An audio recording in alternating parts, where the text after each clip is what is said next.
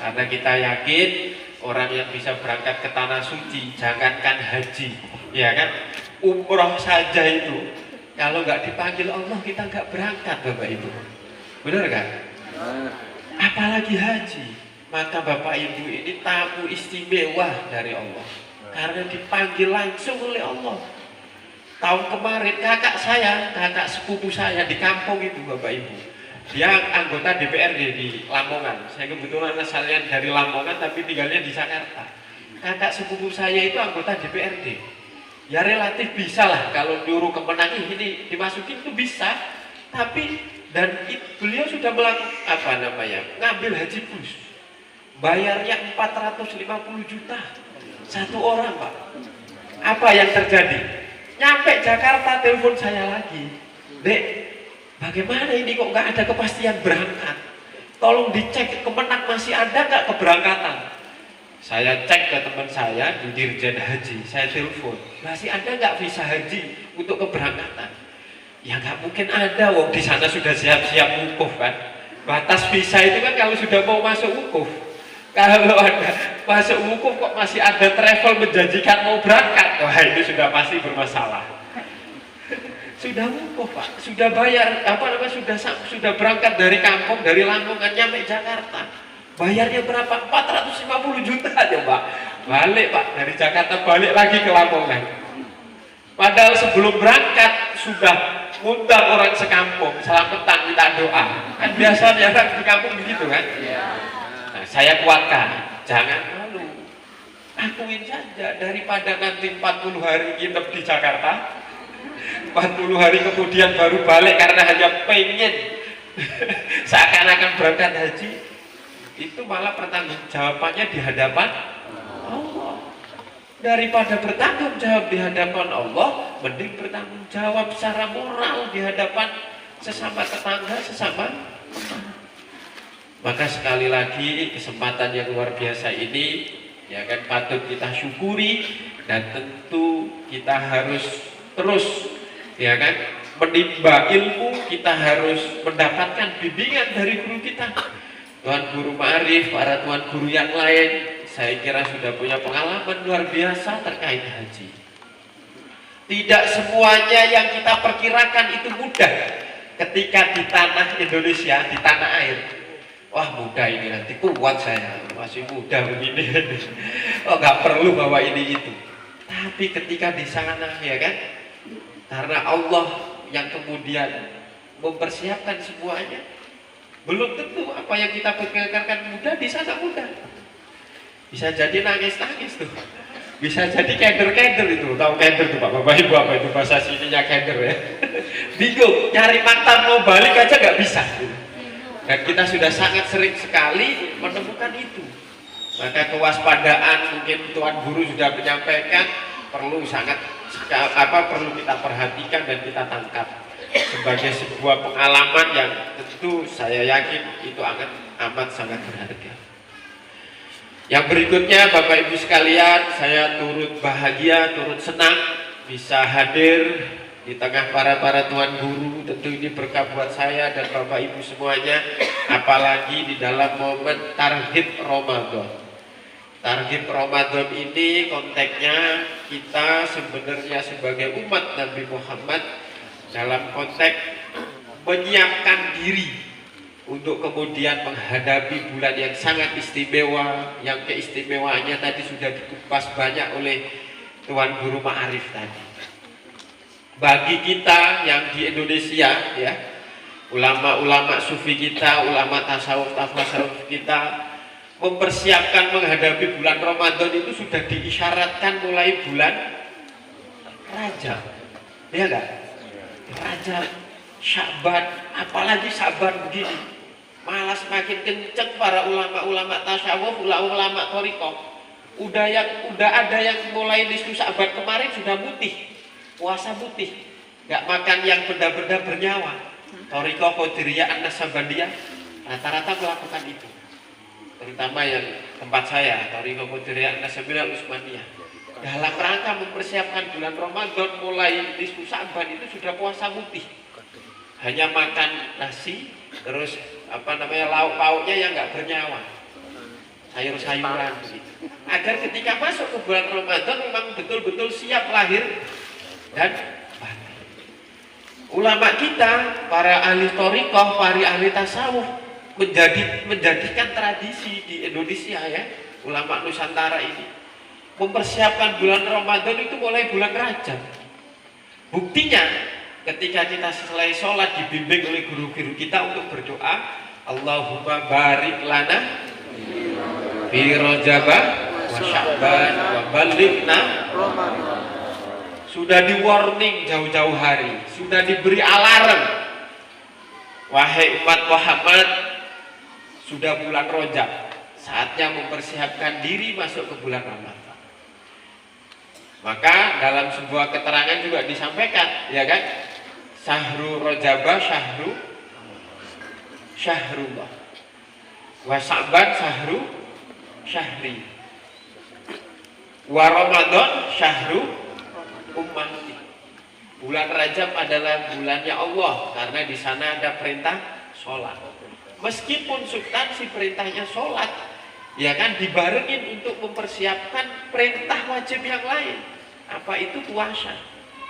Maka ulama-ulama sufi kita mewarning itu. Apakah kemudian ketika mempersiapkan dari bulan Ramadan itu, dari bulan Rajab itu bernilai pahala?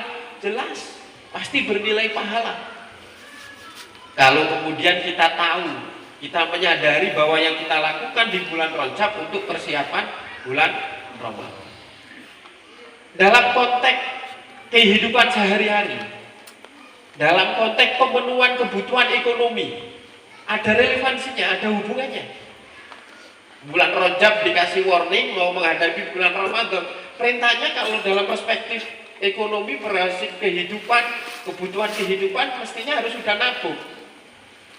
Biar saat masuk bulan Ramadan memang betul-betul khusus untuk ibadah.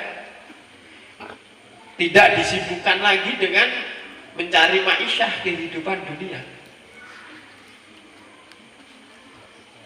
Di warning lagi di bulan Sya'ban. Dipersiapkan lagi di bulan Sya'ban. Kata Rasulullah, bulan Sya'ban adalah syahri, bulanku.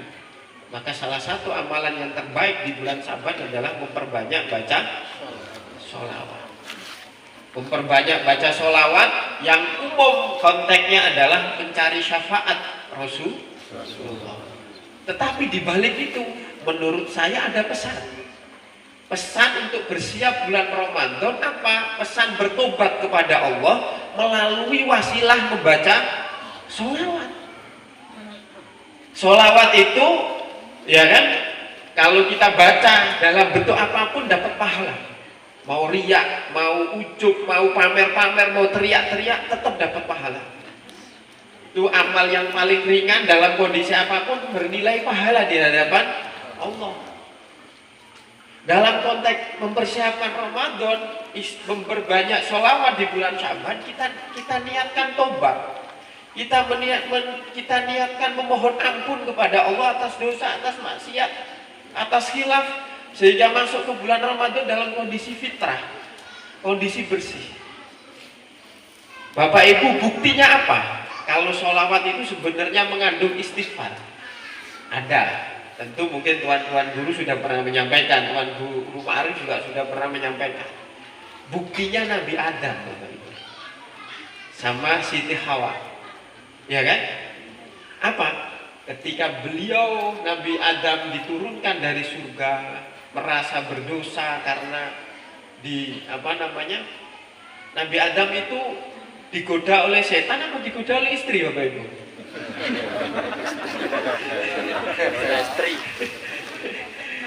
Nampaknya beda-beda tipis itu ya. Sebenarnya istrinya atau setannya itu yang goda Nabi Adam ini. Coba, hati-hati ya kan. Kita ini gampang nyalain setan, sementara kita sendiri yang goda suami kita kadang-kadang ini. Pak, ini udah mau lebaran padahal belum masuk Ramadan. Pak, ini udah mau 3 hari lagi nih. Segala macam mintanya sudah macam-macam. Kita belanja yuk Pak ke mall ini. Kita beli ini Pak, segala macam. Nabi Adam digoda oleh setan melalui perantara istrinya ketika mau minta tobat kepada Allah. Apa yang kemudian menjadi penyebab tobatnya diterima oleh Allah? Yaitu membaca nama Nabi Muhammad yang substansinya adalah membaca sholawat. Bertahun-tahun Nabi Adam sujud dengan istrinya di hadapan arasnya Allah, tidak mendapatkan pengampunan. Tapi suatu ketika, ini kira-kira begitu, tapi nggak tahu realitinya kayak gimana. Katanya Nabi Adam mengangkat gini melirik begitu ya, melirik, mengangkat kepalanya terus melihat arasnya Allah, ada kalimat asyhadu an la ilaha illallah wa asyhadu anna muhammadar rasulullah. Loh, ini kok ada nama selain nama Allah? Siapa dia? Makhluk yang seistimewa, makhluk ini pasti sangat istimewa di hadapan Allah. Kok sampai namanya saja ada di arasnya Allah? Maka Nabi Adam menggunakan itu sebagai wasilah tobatnya. Kenapa kemudian semakin dekat bulan-bulan dengan bulan Ramadan, bulan Sya'ban disebut sebagai bulannya Rasulullah, syahri, bulan. Maka bukan sekedar membaca sholawat untuk berharap syafaat, berharap yang lebih dari itu. Kita jadikan wasilah membaca sholawat kepada Rasulullah di bulan Sya'ban sebagai bentuk kita memohon ampun kepada Allah, sebagai bentuk kita berharap maghfirah kepada Allah. Nah, persiapan-persiapan yang semacam itulah sebenarnya substansi dari man fariha biduhuri Ramadan, ya kan? Harama jasadahu ala niran. Bukan kemudian sekedar pawai obor bagus, ngajarin anak-anak kita untuk senang Ramadan misalkan, bagus. Bukan sekedar bahagianya di ucapan, bukan sekedar bahagianya ketika mendengarkan hadis itu, tapi bahagianya betul-betul diiringi dengan persiapan mulai raja, mulai sabar, sehingga betul-betul masuk Ramadan seperti pesan dari Tuan Guru Ma'arif tadi, kita bisa melaksanakan puasa Ramadan zahiran dohir, lahir dan batin. Puasa menurut fikih mudah Bapak Ibu. Kalimat di fikihnya cukup an-niyah wal imsak. Orang puasa itu cukup dengan niat dan imsak. Bukan imsak yang subuh itu, bukan ya. Apalagi imsaknya nunggu adzan pertama baru rokoknya dilepas. Nunggu Allah baru dilempar itu rokoknya. Mudah puasa, niat dengan imsak. Imsak itu menahan untuk tidak makan dan minum. Tetapi yang berat apa di dalam puasa? Kenapa butuh persiapan panjang 2 bulan sebelumnya itu? Kenapa guru jangan target dari para tuan guru ini? Ya kan? Yang berat adalah ketika menahan hawa nafsu. Nabi Adam nggak bisa menahan hawa nafsu, Bapak Ibu. Akhirnya kena godaan Siti Hawa. Disalahin lagi Siti Hawa ini. Yang berat adalah ketika menahan hawa nafsu. Hawa nafsu ini menjadi penentu apakah kemudian, ya kan, kita masuk dalam kategori kamin so'imin laisa lahul jaza illal ju'wal atus. Banyak sekali umat Rasulullah yang melakukan puasa yang kemudian dia tidak mendapatkan balasan apa-apa kecuali lapar saja, kecuali atas itu haus saja. Itu doang, rutinitas seremonial tahun per tahun tanpa diimbangi refleksi, mikir yang dalam. Benar nggak puasa saya ini menimbulkan solidaritas kemanusiaan yang tinggi? Benar nggak puasa saya ini betul-betul bisa semakin menguatkan akidah kita, menguatkan kedekatan kita kepada Allah? Benar nggak puasa kita ini bisa kemudian menumbuhkan rasa takwa kepada Allah dengan berbagai terjemahan, dengan berbagai tafsir tentang apa itu takwa? Nah, semua itu diajari oleh guru-guru kita, oleh ulama tasawuf kita. Ya kan, diajari dalam bentuk apa? Bersiapnya panjang, Memaknai Syaban bukan sekedar target biasa, tapi ada proses pertobatan di situ dengan memperwasilah, memperbanyak sholawat. Jangan sampai saat puasa kompong apa itu? Muflis, bahasa tasawufnya begitu, merugi karena hanya dapat lapar dan dapat haus. Banyak sekali tentu apa yang kemudian melanggar batasan-batasan hawa nafsu yang akan merusak pahala puasa kita. Bu, ya, salah satu yang gampang di ibu-ibu, ya, bapak-bapak juga kayaknya. Apa itu yang disebut ghibah? Ya kan? Bicara A jadinya B sampai C bahkan sampai Z. Sehingga waktu sehari, ya kan, dari pulang pasar sampai mau maghrib isinya hanya ngobrol persoalan orang lain. Tapi nggak di sini, di Jakarta. Di Jakarta, karena Jakarta banyak mall tempat nongkrong, nunggu maghrib sambil ngabuburit. Nah, nggak di sini. Ghibah merusak pahala puasa kita. Namimah, mengadu domba. Dia tidak melakukan itu, kita fitnah dia melakukan itu sehingga timbul permusuhan, merusak pahala kita. Al-kadhib, berbohong, juga bisa merusak pahala puasa kita. Dan banyak sekali hal-hal yang kemudian mengumbar hawa nafsu kita sehingga pahala puasa kita menjadi kompong. Berbuka dengan hal-hal yang haram, maka perlu hati-hati. Makanya kenapa kemudian diperingatkan mulai bulan Rajab, nabungnya yang halal-halal. Yang urusan-urusan dengan pemerintah kayak saya ini, aduh, kadang-kadang butuh syafaat dari para tuan guru ini. Ulama sufi menekankan lagi, ulama tasawuf menekankan lagi. Jangankan berbuka dengan yang haram, yang makruh saja itu loh bisa menghilangkan puasa, pahala puasa. Makanya sebagian para ulama tasawuf, ulama thariqah, Bapak Ibu, seperti yang saya ceritakan tadi, puasa mutinya itu bukan sekedar pas Ramadan, 15 hari sebelum Ramadan sampai 7 hari saat puasa Syawal. Orang biasa boleh berbuka dengan apapun, tapi bagi ulama yang mengikuti thariqah tadi, bagi para muridin ya, muridin pengikut thariqah yang sudah baiat tadi, nggak boleh mulai 15 hari sebelum puasa sampai 7 hari bulan Syawal makan yang enak-enak, nggak boleh. Bolehnya baru setelah puasa Syawal.